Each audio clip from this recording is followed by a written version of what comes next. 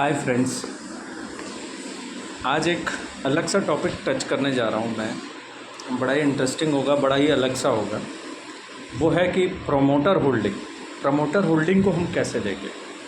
तो promoter holding जो होती है बेसिकली उसका मैं आपको सीक्वेंस बताऊँ, जो कि सीक्वेंस है डिसाइडेड है एज़ पर नॉर्म्स जो है वो ये है कि प्रमोटर होल्डिंग कुछ भी हो, अगर वो स्टॉक मार्केट में लिस्ट हो जाता है तो प्रमोटर होल्डिंग को 75% के नीचे आना होगा।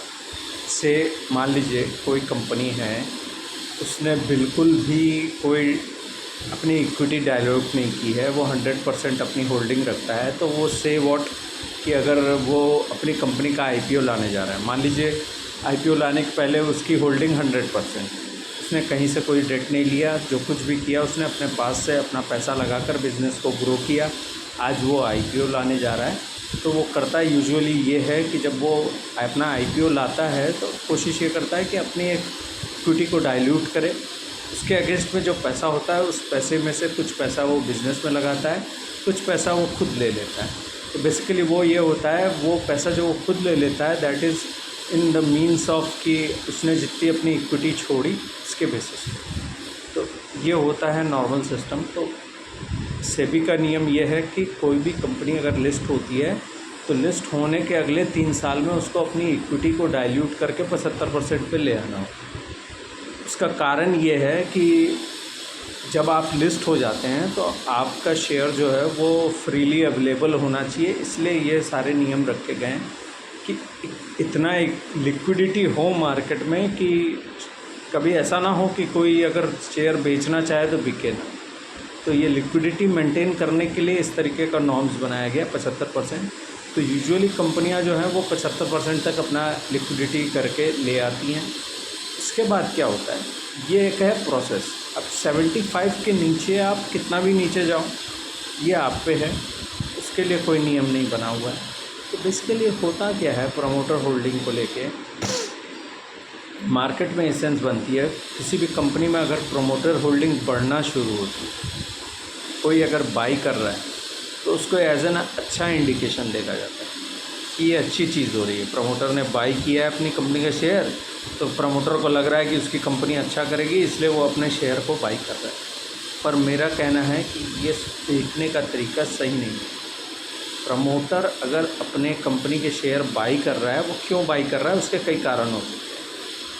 इसका एक कारण ये हो सकता है सबसे पहले कि वो अपना स्टेक इसलिए बढ़ा रहा है क्योंकि कई बार ऐसा होता है प्रमोटर अपनी कंपनियों में आगे चल के ब्लॉक डील करने वाले होते हैं। जैसे मान लीजिए कोई फॉरेन इन्वेस्टमेंट कोई करने वाली कंपनी है, उसने कहा कि मैं आपकी कंपनी का 5% शेयर लूँगा, तो वो कहते हैं कि अच्छा ठीक है मैं आपको दूंगा, लेकिन उनका ये कहना रहता है कि आप बाई करो, आपके स्टेक से मैं 5%। तो कुछ की ऐसी शर्तें होती हैं। तो अब उसके लिए प्रमोटर को कई बार क्या होता है कि उसको वो शेयर बाई करना शुरू करना पड़ता है, और जब वो शेयर बाई करता जाता है करके फिर वो जब सामने वाली कंपनी के साथ जब डील होती है तो उसको एक ब्लॉक डील के तौर पे उसको 5% शेयर चला जाता है। तो अगर हम हर इस मौके को यूटिलाइज़ करने की कोशिश करें कि प्रमोटर होल्डिंग बढ़ रही है, अचानक 5% बढ़ गई, तो बहुत अच्छा साइन है, कंपनी में पैसा लगाओ, ये लगाओ वो लगाओ। और पता चला हाँ उसने 5% प्रमोटर स्टेक ख़रीदा, तो ख़रीदने के बाद एक ब्लॉक डील कर दी। तो जब ब्लॉक डील उसने कर दी तो उसको लोग अदर तरीके से देखते हैं। कई बार ऐसा होता है कि मार्केट में गिर रहा होता है शेयर, उस समय जाकर प्रमोटर अपना शेयर बाई करता है, तो लोगों को लगता है अरे देखो इतने नीचे पे ख़रीद रहा है, क्यों ख़रीद रहा है, अरे कुछ बचाने की कोशिश कर रहा है। अलग अलग तरीके से न्यूज़ फ्लोट होती हैं। तो पहला मेरा ये मानना है कि अगर प्रमोटर कोई अपनी कंपनी में स्टेक बढ़ा रहा है तो उसको बेहतर तरीके से समझने की ज़रूरत है कि क्यों बढ़ा रहा है। कोई रीज़निंग होनी चाहिए, कोई कारण होना चाहिए कि वो क्यों स्टॉक बढ़ा रहा है। उसका कुछ ना कुछ कारण होता है। कई बार ये कारण होता है कि उसको इनको देना है, या उसको उसके इस समय उसके पास कहीं से फ़ंड है अवेलेबल हुआ है, या उसका कहीं से कोई फ़ंड है। तो कई बार होता क्या है, किसी ने कोई प्रोमोटर्स होते हैं जिनको मान लीजिए कहीं से फ़ंड मिलना था, उनको अचानक फ़ंड मिला, तो अब उस फ़ंड को क्या करें, फंड इधर उधर हो जाएगा, तो उन्होंने सोचा चलो कंपनी का हम अपना स्टेक जो है उसी को बढ़ा लेते हैं, थोड़ा थोड़ा करके शेयर खरीद डालते हैं, तो वो थोड़ा थोड़ा बाइंग करते हैं। That is genuine. वो जेन्युइनली इसलिए है जेन्युइन क्योंकि वो कोशिश ये कर रहे हैं कि हम अपने स्टेक को इसलिए बढ़ा रहे हैं क्योंकि बेसिकली मेरा जो पैसा है जो मुझे कहीं से मिलना था वो बहुत दिन से नहीं मिल रहा था, अब अचानक मिला है तो मैं उसे ले कहाँ जाऊँगा।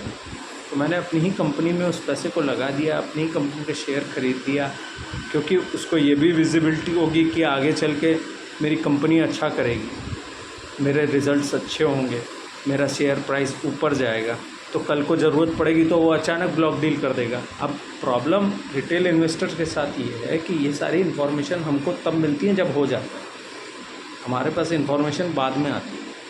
और जो इनसाइडर, किसी को अगर इनसाइड इन्फॉर्मेशन अगर थोड़ी बहुत भी होती भी है तो वो भी नहीं बाहर आती, तो पता नहीं लगता, तो हम सबसे आखिर में होते हैं ऐसी सिचुएशंस में। तो ये तो हुआ एक बेहतर एग्जांपल, मैंने आपको समझाया कि प्रमोटर होल्डिंग बढ़ना हमेशा ज़रूरी नहीं है कि शेयर प्राइस का ऊपर बढ़ना, इसको गलत तरीके से देखना होता है। क्या कारण है वो समझने की ज़रूरत है, किस वजह से बढ़ रहा है, क्या कारण है, क्यों शेयर प्राइस ऊपर जा रहा है इस न्यूज़ के एवज में, ये सारे टोटलिटी को एक अंडरस्टैंडिंग, एक नॉलेज होना ज़रूरी है। किस चीज़ को आप कैसे देख सकते हैं ये ज़रूरी है, अपना ड्यू डिलिजेंस होना बहुत ज़रूरी है। कोई भी कह दे, मैंने वही बात है ना कि अरे चलो चलो चलो चलो चलो वहाँ देखो देखो कोई आया, तो सारी भीड़ उधर चल दी, तो ये प्रॉब्लम है। हम इस तरीके से नहीं, हमें इस तरीके से रिएक्ट नहीं करना चाहिए, हमें ये देखना चाहिए कि कोई चीज़ हो रही है तो क्यों हो रही है, उसका कुछ ना कुछ कारण होगा। तो प्रमोटर स्टेक बढ़ना का कारण ये है। अब प्रमोटर का स्टेक गिर रहा है, इसके मैं आपको कुछ रियल लाइफ एग्जांपल्स दे सकता हूँ। प्रमोटर स्टेक आप जाके देखेंगे, स्नोमैन लॉजिस्टिक्स बोल के एक छोटी सी कंपनी है, उसमें मैं कहीं नोटिस कर रहा था कि कंटिन्यूअसली प्रमोटर अपना स्टेक बढ़ाते जा रहा है, और शेयर प्राइस क्या है जानते हैं आप, एक रेंज में ही फ्लोट कर रहा है, 60-65 रुपये से 60 से 70 के बीच में ही फ्लोट कर रहा है। प्रमोटर स्टेक खरीदते जा रहा है, ज़्यादा नहीं, थोड़ा 0.2%, 0.3%, 0.23%, इस तरीके से करके प्रमोटर स्टेक खरीद रहा है। तो अब इसमें क्या है, इसमें जो आम रिटेल इन्वेस्टर जिनको लग रहा है अरे प्रमोटर तो खरीद रहा है चलो घुस जाएं, लेकिन आप देखो, मुझे बताओ कि शेयर प्राइस पे उसका क्या इम्पैक्ट हुआ, कुछ नहीं, वो उसी रेंज में है। बल्कि जैसे ही वो ऊपर ब्रेकआउट करने की कोशिश करता है वहाँ से सेलिंग आ जाती है ज़ोरदार। ऑलरेडी फ्लो इतना ज़्यादा है, प्रमोटर खरीद रहा है। प्रमोटर क्यों खरीद रहा है ये प्रमोटर बताएगा नहीं आके आपको, हमको पता कैसे चलेगा।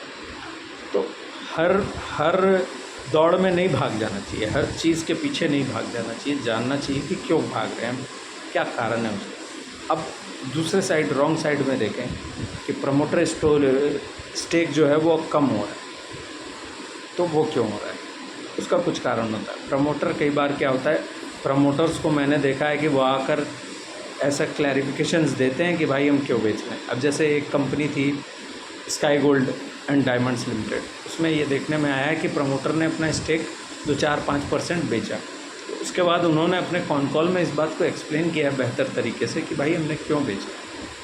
तो बेसिकली उनका ये कहना था कि उनसे किसी से बात हो रही थी, कोई फॉरेन इन्वेस्टर तैयार था कि वो उनका स्टेक खरीदेगा, करीब 5%, 4%, 4.5% उन्होंने स्टेक बेचा। तो उनसे बात हो रखी थी, तो उन्होंने क्या किया था, वो स्टेक को वो बेसिकली एक्यूमुलेट करके चल रहे थे कि हमने ये उनको बेचना है। अहम मौके में वो पार्टी हट गई। अब प्रमोटर्स का जो कहना है, वो कह रहे हैं कि हम सारी ज़िंदगी, हमने 20 साल से हम इस बिज़नेस को खड़ा कर रहे हैं, हमने अगर 4-4.5% अपना हिस्सा बेचा, कुछ पैसा मार्केट से पाया, इसमें क्या गलत है, हम तो किसी को बेचने ही वाले थे आखिर। लेकिन जब सामने वाली पार्टी हट गई और हमको उसे ओपन मार्केट में बेचना पड़ा तो शेयर प्राइस नीचे चला आया। तो बेसिकली होता ही है कि कुछ ना कुछ रीज़निंग होती है। और उन्होंने बाद में ये भी क्लैरिफाई किया कि हम और स्टेक नहीं बेचने वाले हैं। उनका बेसिकली ये कहने का मतलब है कि पिछले 20 सालों में जो हमने जितनी भी मेहनत की है कंपनी में, हमने कभी कोई अलग से अपने लिए कुछ नहीं मांगा। तो हमारी फैमिली या हमारी कोई इंटरनल नीड्स के लिए हम कहाँ जाएंगे। हमने अपना स्टेक बेचना था, किसी FIIs को बेचना था, FIIs ने नहीं ख़रीदा तो हमको ओपन मार्केट में जाके बेचना पड़ा। तो बेसिकली ये है कि हर चीज़ का रीजनिंग होता है। लेकिन आपको मैं बताऊं, प्राइस एक्शन ऐसा हुआ कि 400 रुपये का शेयर जो है वो गिर के इस समय ऑलमोस्ट 250 पौने 300 के आसपास आ गया। तो अब आप कह दो कि कंपनी ख़राब है, कंपनी ख़राब नहीं है। तो हर चीज़ का कुछ रीज़न होता है। कई सारी कंपनियां हैं जो फ्रॉड करती हैं, फ्रॉड करके निकल जाती हैं। जैसे मैं आपको एक बेहतर एग्जांपल और एक कोई कंपनी का दूँ, जेंसॉल एनर्जीज़ का देख लीजिए। उसमें प्रमोटर स्टेक्स में क्या हुआ, उन्होंने पूरा घपला कर दिया, सब कुछ गया, सब बर्बाद हो गया। ईज़ माई ट्रिप एक ऐसा ही शेयर है जो कि बिल्कुल रद्दी है, फालतू है। उसमें यही प्रॉब्लम है, उसमें प्रमोटर्स का ही ठीक नहीं है, आपस में ही नहीं बनती उनकी, जो कि ओपन कॉन कॉल में आ जाती है। तो प्रमोटर्स का स्टेक बेचना is not a journal sense, और हमको ये सारा अपडेट लेट मिलता है, हमको बहुत देरी से पता चलता है। पीजी इलेक्ट्रोप्लास्ट अभी जिसका मैंने एक एनालिसिस किया था, आप देखेंगे मेरे चैनल पे है उसका भी वीडियो। पीजी इलेक्ट्रोप्लास्ट में पिछले साल अप्रैल मई जून में हीट वेव थी, इलेक्शन का टाइम था देश में, उस समय एसी की डिमांड बहुत ज़्यादा थी। उस क्वार्टर उनका ग्रोथ 70% था, ठीक है। इस साल अप्रैल में सेल अच्छी थी, मई में भी सेल अच्छी थी। 27, 28, 29 तारीख को प्रमोटर ने अपना स्टेक बेचा है, तब तक सेल अच्छी आ रही थी। बल्कि हुआ ये कि जैसे ही बारिश होना शुरू हुई मई में, सेकंड या थर्ड वीक के बाद बारिशें शुरू हुई, तो ऑर्डर कैंसिलेशन बहुत होने लगे। तो प्रमोटर को पता था कि अब मेरा नंबर उतना अच्छा नहीं आने वाला इस क्वार्टर में। वो लैग कर रहे थे, पिछले साल का परफॉर्मेंस वो रिपीट नहीं कर सकते थे। बट उन्होंने क्या किया, उस मोमेंट पे अपने शेयर को बेचा। आपको पता है प्राइस क्या था उस समय शेयर का?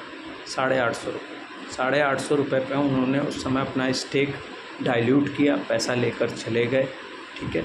उसके बाद आकर वो मंथली रिपोर्टिंग में ये बताते हैं कि नहीं, हमारा तो सेल गिर रहा है, हम वैसी ग्रोथ नहीं कर पाएंगे। कॉन कॉल में आए तो बोले कि नहीं नहीं, बढ़िया करेंगे, बढ़िया करेंगे, बढ़िया करेंगे।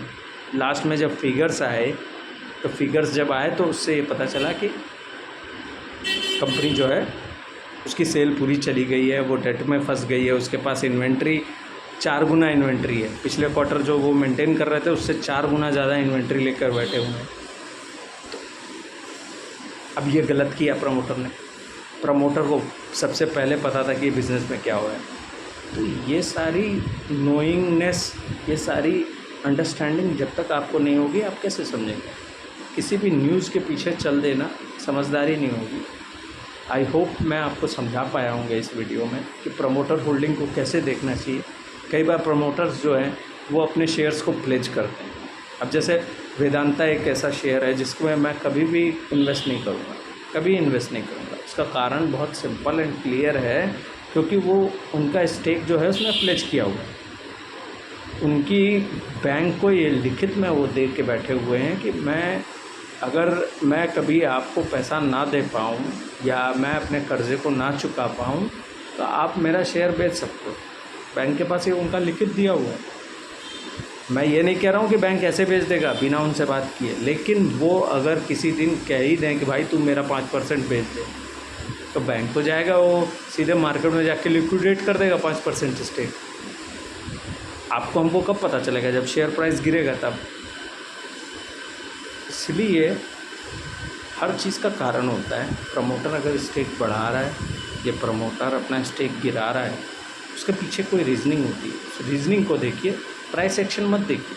ये मत देखिए कि 200 का शेयर 400 हो रहा है, अरे प्रमोटर खरीद रहा है, और जाएगा और जाएगा, और नहीं जाएगा, आप फंस जाओ।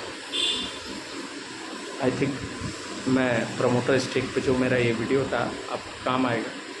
Thank you so much. और ज़रूरत पड़ेगी तो आपका कोई सवाल हो तो ज़रूर करें, चैनल को सब्सक्राइब करें। Thank you so much.